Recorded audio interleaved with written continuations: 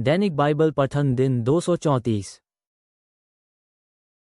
पुराना नियम 2 Chronicles 16, 2 Chronicles 17, 2 Chronicles chapter 18:1 से 27। आसा के राज्यकाल के 36वें वर्ष बाशा ने यहूदा देश पर आक्रमण किया। बाशा इस्राएल का राजा था। वह रामा नगर में गया और इसे एक किले के रूप में बनाया। बाशा ने रामा नगर का उपयोग यहूदा के राजा आसा के पास जाने और उसके पास से लोगों को आने से रोकने के लिए किया। आसा ने यहोवा के मंदिर के कोषागार में रखे हुए चांदी और सोने को लिया और उसने राजमहल से चांदी सोना लिया। तब आसा ने बेंदर को संदेश भेजा। बेंदर अराम का राजा था और दमिश्क नगर में रहता था। आसा का संदेश था, बेंदर मेरे और अपने बीच एक संधि होने दो। इस संधि को वैसे ही होने दो जैसा वह हमारे पिता और तुम्हारे पिता के बीच की गई थी। ध्यान दो, मैं तुम्हारे पास चांदी सोना भेज रहा हूँ। अब तुम इस्राएल के राजा बाशा के साथ की गई संधि को तोड़ दो, जिससे वह मुझे मुक्त छोड़ देगा और मुझे परेशान करना बंद कर देगा। बेंदर ने आसा की बात मान ली। बेंदर ने अपनी सेना के सेनापतियों को इस्राएल के नगरों पर आक्रमण करने के लिए भेजा। इन सेनापतियों ने इयोन, दान और आबेलम नगरों पर आक्रमण किया। उन्होंने नप्तली देश में उन सभी नगरों पर आक्रमण किया जहां खजाने रखे थे। बाशा ने इस्राएल के नगरों पर आक्रमण की बात सुनी, इसलिए उसने रामा में किला बनाने का काम रोक दिया और अपना काम छोड़ दिया। तब राजा आसा ने यहूदा के सभी लोगों को इकट्ठा किया। वे रामा नगर को गए और लकड़ी तथा पत्थर उठा लाए जिनका उपयोग बाशा ने किला बनाने के लिए किया था। आसा और यहूदा के लोगों ने पत्थरों और लकड़ी का उपयोग गेवा और मिस्पा नगरों को अधिक मजबूत बनाने के लिए किया। उस समय दृष्टा हनानी यहूदा के राजा आसा के पास आया। हनानी ने उससे कहा, आसा, तुम सहायता के लिए अराम के राजा पर आश्रित हुए, अपने यहोवा परमेश्वर पर नहीं। तुम्हें यहोवा पर आश्रित रहना चाहिए था। तुम यहोवा पर सहायता के लिए आश्रित नहीं रहे, अतः अराम के राजा की सेना तुमसे भाग निकली। कूश और लूबी अति विशाल और शक्तिशाली सेना रखते थे। उनके पास अनेक रथ और सारथी थे। किंतु आसा, तुम उस विशाल शक्तिशाली सेना को हराने में सहायता के लिए यहोवा पर आश्रित हुए और यहोवा ने तुम्हें उनको हराने दिया। यहोवा की आंखें सारी पृथ्वी पर उन लोगों को देखती फिरती है जो उसके प्रति श्रद्धालु हैं, जिससे वह उन लोगों को शक्तिशाली बना सके। आसा, तुमने मूर्खतापूर्ण काम किया, इसलिए अब से लेकर आगे तक तुमसे युद्ध होंगे। आसा हनानी पर उस बात से क्रोधित हुआ जो उसने कहा। आसा इतना क्रोध से पागल हो उठा कि उसने हनानी को बंदी गृह में डाल दिया। आसा उस समय कुछ लोगों के साथ नीचता और कठोरता का व्यवहार करता था। आसा ने जो कुछ आरंभ से अंत तक किया, वो इस्राएल और यहूदा के राजाओं के इतिहास की पुस्तक में लिखा है। आसा का पैर उसके राज्यकाल के 39वें वर्ष में रोगग्रस्त हो गया। उसका रोग बहुत बुरा था, किंतु उसने यहोवा से सहायता नहीं चाही। आसा ने वैद्यों से सहायता चाही। आसा अपने राज्यकाल के 41वें वर्ष में मरा और इस प्रकार आसा ने अपने पूर्वजों के साथ विश्राम किया। लोगों ने आसा को उसकी अपनी कब्र में दफनाए, जिसे उसने स्वयं दाऊद के नगर में बनाया था। लोगों ने उसे एक अंतिम शैया पर रखा जिस पर सुगंधित द्रव्य और विभिन्न प्रकार के मिले इत्र रखे थे। लोगों ने आसा का सम्मान करने के लिए आग की महाज्वाला की। आसा के स्थान पर यहोशोपात यहूदा का नया राजा हुआ। यहोशोपात आसा का पुत्र था। यहोशोपात ने यहूदा को शक्तिशाली बनाया, जिससे वे इस्राएल के विरुद्ध लड़ सकते थे। उसने यहूदा के उन सभी नगरों में सेना की टुकड़ियां रखीं जो किले बना दिए गए थे। यहोशोपात ने यहूदा और एप्रैम के उन नगरों में किले बनाए जिन्हें उसके पिता ने अपने अधिकार में किया था। यहोवा यहोशोपात के साथ था, क्योंकि उसने वे अच्छे काम किए जिन्हें उसके पूर्वज दाऊद ने किया था। यहोशोपात ने बाल की मूर्तियों का अनुसरण नहीं किया। यहोशोपात ने उस परमेश्वर को खोजा जिसका अनुसरण उसके पूर्वज करते थे। उसने परमेश्वर के आदेशों का पालन किया। वो उस तरह नहीं रहा जैसे इस्राएल के अन्य लोग रहते थे। यहोवा ने यहोशोपात को यहूदा का शक्तिशाली राजा बनाया। यहूदा के सभी लोग यहोशोपात को भेंट लाए। इस प्रकार यहोशोपात के पास बहुत सी संपत्ति और सम्मान दोनों थे।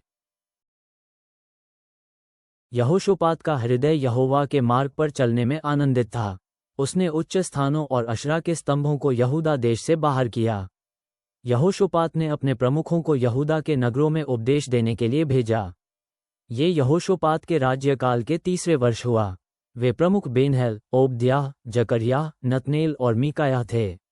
यहोशापात ने इन प्रमुखों के साथ लेवी वंशियों को भी भेजा।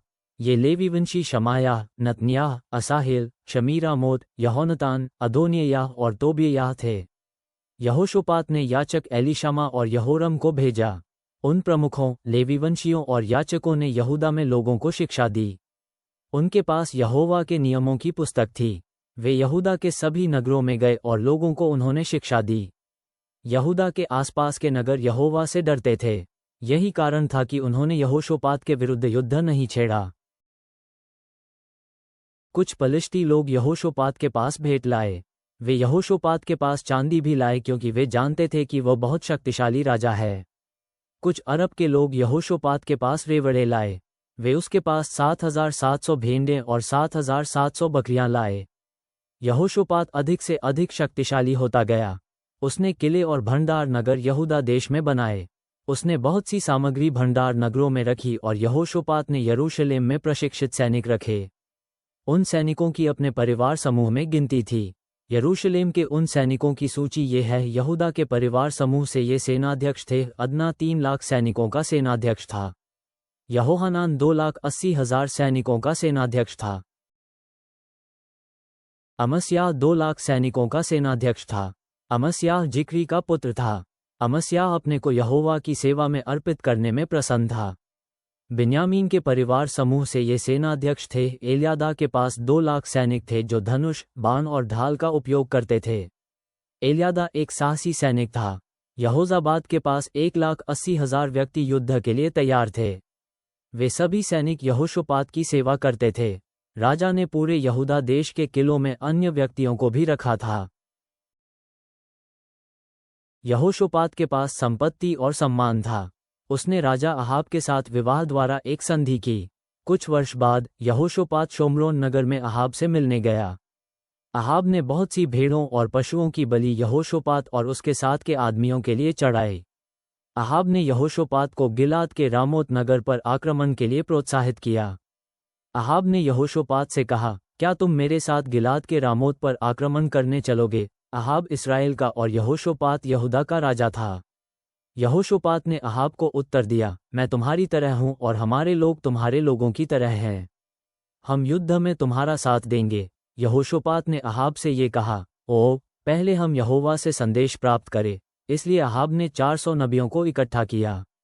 अहाब ने उनसे कहा, क्या हमें गिलाद के रामोत नगर के विरुद्ध युद्ध में जाना चाहिए या नहीं?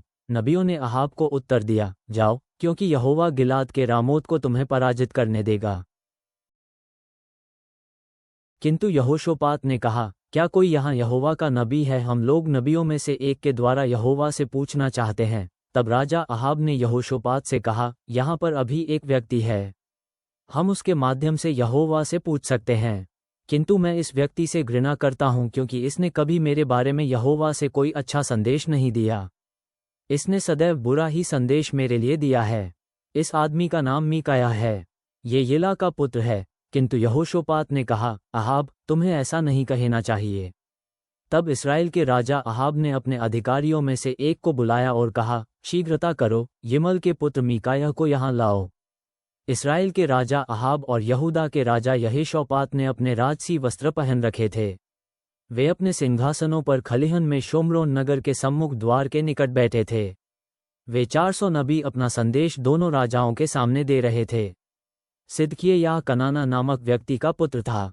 सिदकिय्याह ने लोहे की कुछ सींगे बनाए। सिदकिय्याह ने कहा, यही है जो यहोवा कहता है, तुम लोग लोहे की सींगों का उपयोग तब तक अश्शूर के लोगों में घोंपने के लिए करोगे जब तक वे नष्ट न हो जाएं। सभी नबियों ने वही बात कही। उन्होंने कहा, गिलाद के रामेत नगर को जाओ, तुम लोग सफल होंगे और जीतोगे। यहोवा राजा और अश्शूर के लोगों को हराने देगा। जो दूत मीकायाह को लाने गया था उसने उससे कहा, मीकायाह, सुनो, सभी नबी एक ही बात कह रहे हैं। वे कह रहे हैं कि राजा को सफलता मिलेगी, इसलिए वही कहो जो वे कह रहे हैं। तुम भी अच्छी बात कही। किंतु मीकायाह ने उत्तर दिया, यह वैसे ही सत्य है जैसा कि यहोवा शाश्वत है, अतः मैं वही कहूँगा जो मेरा परमेश्वर कहता है। तब मीकायाह राजा अहाब के पास आया। राजा ने उससे कहा, मीकायाह, क्या हमें युद्ध करने के लिए गिलाद के रामोत नगर को जाना चाहिए या नहीं? मीकायाह ने कहा, जाओ और आक्रमण करो, यहोवा तुम्हें उन लोगों को हराने देगा। राजा अहोब ने मीकायाह से कहा, कई बार मैंने तुमसे प्रतिज्ञा करवाई थी कि तुम यहोवा के नाम पर मुझे केवल सत्य बताओ। तब मीकायाह ने कहा, मैंने इस्राएल के सभी लोगों को पहाड़ों पर बिखरे हुए देखा। वे गड़रिए के बिना भेड़ की तरह थे। यहोवा ने कहा, उनका कोई नेता नहीं है। हर एक व्यक्ति को सुरक्षित घर लौटने दो। इस्राएल के राजा अहाब ने यहोशापात से कहा, मैंने कहा था कि मीकायाह मेरे लिए यहोवा से अच्छा संदेश नहीं पाएगा। वह मेरे लिए केवल बुरे संदेश रखता है। मीकायाह ने कहा, यहोवा के संदेश को सुनो। मैंने यहोवा को अपने सिंहासन पर बैठे देखा। स्वर्ग की पूरी सेना उसके चारों ओर खड़ी थी, कुछ उसके दाहिनी ओर और कुछ उसके बाईं ओर। यहोवा ने कहा, इस्राएल के राजा अहाब को कौन धोखा देगा जिससे वह गिलाद के रामोत के नगर पर आक्रमण करे और वह वहां मार दिया जाए। यहोवा के चारों ओर खड़े विभिन्न लोगों ने विभिन्न उत्तर दिए। तब एक आत्मा आई और वह यहोवा के सामने खड़ी हुई। उस आत्मा ने कहा, मैं अहाब को धोखा दूंगी। यहोवा ने आत्मा से पूछा, कैसे? उस आत्मा ने उत्तर दिया, मैं बाहर जाऊंगी और अहोब के नबियों के मुंह में झूठ बोलने वाली आत्मा बनूंगी। और यहोवा ने कहो, तुम्हें अहाब को धोखा देने में सफलता मिलेगी, इसलिए जाओ और इसे करो। अहोब, अब ध्यान दो, यहोवा ने तुम्हारे नबियों के मुंह में झूठ बोलने वाली आत्मा प्रवेश कराई है। यहोवा ने कहा है कि तुम्हारे साथ बुरा घटेगा। तब सिदकिय्याह मीकायाह के पास गया और उसके मुंह पर मारा। कनाना के पुत्र सिदकिय्याह ने कहा, मीकायाह, यहोवा की आत्मा मुझे त्याग कर तुझसे वार्तालाप करने कैसे आए? मीकायाह ने उत्तर दिया, सिदकिय्याह, तुम उस दिन इसे जानोगे जब तुम एक भीतरी घर में छिपने जाओगे। तब राजा अहाब ने कहा, मीकायाह को लो और इसे नगर के प्रशासक आमोन और राजा के पुत्र योआश के पास भेज दो। आमोन और योआश से कहो, राजा ये कहते हैं, मीकायाह को बंदी गृह में डाल दो। उसे रोटी और पानी के अतिरिक्त तब तक कुछ खाने को न दो जब तक मैं युद्ध से न लौटूं। मीकायाह ने उत्तर दिया, अहाब, यदि तुम युद्ध से सुरक्षित लौट आते हो तो यहोवा ने मेरे द्वारा न हो कहा है। तुम सभी लोग सुनो और मेरे वचन को याद रखो। नया नियम 1 Corinthians chapter 15:1 से 34। हे भाइयों, अब मैं तुम्हें उस सुसमाचार की याद दिलाना चाहता हूं जिसे मैंने तुम्हें सुनाया था और तुमने भी जिसे ग्रहण किया था और जिसमें तुम निरंतर स्थिर बने हुए हो, और जिसके द्वारा तुम्हारा उद्धार भी हो रहा है, बशर्ते तुम उन शब्दों को जिनका मैंने तुम्हें आदेश दिया था अपने में दृढ़ता से थामे रखो। नहीं तो तुम्हारा विश्वास धारण करना ही बेकार गया। जो सर्वप्रथम बात मुझे प्राप्त हुई थी उसे मैंने तुम तक पहुंचा दिया कि शास्त्रों के अनुसार मसीह हमारे पापों के लिए मरा और उसे दफना दिया गया, और शास्त्र कहता है कि फिर तीसरे दिन उसे जिलाकर उठा दिया गया। और फिर वो पतरस के सामने प्रकट हुआ और उसके बाद 12 प्रेरितों को उसने दर्शन दिए। फिर वो 500 से भी अधिक भाइयों को एक साथ दिखाई दिया। उनमें से बहुतेरे आज तक जीवित हैं, यद्यपि कुछ की मृत्यु भी हो चुकी है। इसके बाद वह याकूब के सामने प्रकट हुआ, और तब उसने सभी प्रेरितों को फिर दर्शन दिए, और सबसे अंत में उसने मुझे भी दर्शन दिए। मैं तो समय से पूर्व असामान्य जन्मे सतमा से बच्चे जैसा हूँ, क्योंकि मैं तो प्रेरितों में सबसे छोटा हूँ। यहाँ तक कि मैं तो प्रेरित कहलाने योग्य भी नहीं हूँ, क्योंकि मैं तो परमेश्वर की कलीसिया को सताया करता था। किंतु परमेश्वर के अनुग्रह से मैं वैसा बना हूँ जैसा आज हूँ। मुझ पर उसका अनुग्रह बेकार नहीं गया। मैंने तो उन सब से बढ़ चढ़कर परिश्रम किया है, यद्यपि वो परिश्रम करने वाला मैं नहीं था, बल्कि परमेश्वर का वो अनुग्रह था जो मेरे साथ रहता था। सो चाहे तुम्हें मैंने उपदेश दिया हो चाहे उन्होंने, हम सब यही उपदेश देते हैं और इसी पर तुमने विश्वास किया है। किंतु जबकि मसीह को मरे हुओं में से पुनरुत्थापित किया गया तो तुम में से कुछ ऐसा क्यों कहते हो कि मृत्यु के बाद फिर से जी उठना संभव नहीं है? और यदि मृत्यु के बाद जी उठना है ही नहीं तो फिर मसीह भी मृत्यु के बाद नहीं जिलाया गया। और यदि मसीह को नहीं जिलाया गया तो हमारा उपदेश देना बेकार है और तुम्हारा विश्वास भी बेकार है। और हम भी फिर तो परमेश्वर के बारे में झूठे गवाह ठहरते हैं, क्योंकि हमने परमेश्वर के सामने कसम उठाकर यह साक्षी दी है कि उसने मसीह को मरे हुओं में से जिलाया। किंतु उनके कथन के अनुसार यदि मरे हुए जिलाए नहीं जाते तो फिर परमेश्वर ने मसीह को भी नहीं जिलाया। क्योंकि यदि मरे हुए नहीं जिलाए जाते हैं तो मसीह को भी नहीं जिलाया गया। और यदि मसीह को फिर से जीवित नहीं किया गया है फिर तो तुम्हारा विश्वास ही निरर्थक है और तुम अभी भी अपने पापों में फंसे हो। हाँ, फिर तो जिन्होंने मसीह के लिए अपने प्राण दे दिए वे यूं ही नष्ट हुए। यदि हमने केवल अपने इस भौतिक जीवन के लिए ही यीशु मसीह में अपनी आशा रखी है तब तो हम और सभी लोगों से अधिक अभागे हैं। किंतु अब वास्तविकता यह है कि मसीह को मरे हुओं में से जिलाया गया है। वो मरे हुओं की फसह का पहला फल है। क्योंकि जब एक मनुष्य के द्वारा मृत्यु आई तो एक मनुष्य के द्वारा ही मृत्यु से पुनर्जीवित हो उठना भी आया। क्योंकि ठीक वैसे ही जैसे आदम के कर्मों के कारण हर किसी के लिए मृत्यु आई, वैसे ही मसीह के द्वारा सबको फिर से जिला उठाया जाएगा, किंतु हर एक को उसके अपने कर्म के अनुसार, सबसे पहले मसीह को जो फसल का पहला फल है, और फिर उसने पुनः आगमन पर उनको जो मसीह के हैं। इसके बाद जब मसीह सभी शासकों, अधिकारियों, हर प्रकार की शक्तियों का अंत करके राज्य को परम पिता परमेश्वर के हाथों सौंप देगा, तब प्रलय हो जाएगी। किंतु जब तक परमेश्वर मसीह के शत्रुओं को उसके पैरों तले न कर दे तब तक उसका राज्य करते रहना आवश्यक है। सबसे अंतिम शत्रु के रूप में मृत्यु का नाश किया जाएगा, क्योंकि परमेश्वर ने हर किसी को मसीह के चरणों के अधीन रखा है। अब देखो, जब शास्त्र कहता है सब कुछ को उसके अधीन कर दिया गया है, तो जिसने सब कुछ को उसके चरणों के अधीन किया है वो स्वयं इससे अलग रहा है। और जब सब कुछ मसीह के अधीन कर दिया गया है तो यहाँ तक कि स्वयं पुत्र को भी उस परमेश्वर के अधीन कर दिया जाएगा जिसने सब कुछ को मसीह के अधीन कर दिया, ताकि हर किसी पर पूरी तरह परमेश्वर का शासन हो। नहीं तो जिन्होंने अपने प्राण दे दिए हैं उनके कारण जिन्होंने बपतिस्मा लिया है वे क्या करेंगे? यदि मरे हुए कभी पुनर्जीवित होते ही नहीं तो लोगों को उनके लिए बपतिस्मा दिया ही क्यों जाता है, और हम भी हर घड़ी संकट क्यों झेलते रहते हैं? भाइयों, तुम्हारे लिए मेरा वह गर्व जिसे मैं हमारे प्रभु यीशु मसीह में स्थित होने के नाते रखता हूँ, उसे साक्षी करके शपथ पूर्वक कहता हूँ कि मैं हर दिन मरता हूँ। यदि मैं इफ्रिसूस में जंगली पशुओं के साथ मानवीय स्तर पर ही लड़ा था तो उससे मुझे क्या मिला? यदि मरे हुए जिलाए नहीं जाते तो आओ, खाएं पिएं, मौज मनाएं, क्योंकि कल तो मर ही जाना है। भटकना बंद करो, बुरी संगति से अच्छी आदतें नष्ट हो जाती हैं। होश में आओ, अच्छा जीवन अपनाओ जैसा कि तुम्हें होना चाहिए। पाप करना बंद करो, क्योंकि तुम में से कुछ तो ऐसे हैं जो परमेश्वर के बारे में कुछ भी नहीं जानते। मैं यह इसलिए कह रहा हूं कि तुम्हें लज्जा आए। भजन संहिता, साम चैप्टर 102:1 से 11। एक पीड़ित व्यक्ति की उस समय की प्रार्थना, जब वह अपने को टूटा हुआ अनुभव करता है और अपनी वेदनाओं कष्ट यहोवा से कह डालना चाहता है। यहोवा मेरी प्रार्थना सुन, तू मेरी सहायता के लिए मेरी पुकार सुन। यहोवा, जब मैं विपत्ति में होऊं मुझसे मुख मत मोड़। जब मैं सहायता पाने को पुकारूं तू मेरी सुन ले, मुझे शीघ्र उत्तर दे। मेरा जीवन वैसे बीत रहा जैसा उड़ जाता धुआं। मेरा जीवन ऐसे है जैसे धीरे धीरे बुझती आग। मेरी शक्ति क्षीण हो चुकी है। मैं वैसा ही हूं जैसा सूखी मुरझाती घास। अपनी वेदनाओं में मुझे भूख नहीं लगती। निज दुख के कारण मेरा भार घट रहा है। मैं अकेला हूं जैसे कोई एकांत निर्जन में उल्लू रहता हो। मैं अकेला हूं जैसे कोई पुराने खंडर भवनों में उल्लू रहता हो। मैं सो नहीं पाता, मैं उस अकेले पक्षी सा हो गया हूं जो धत पर हो।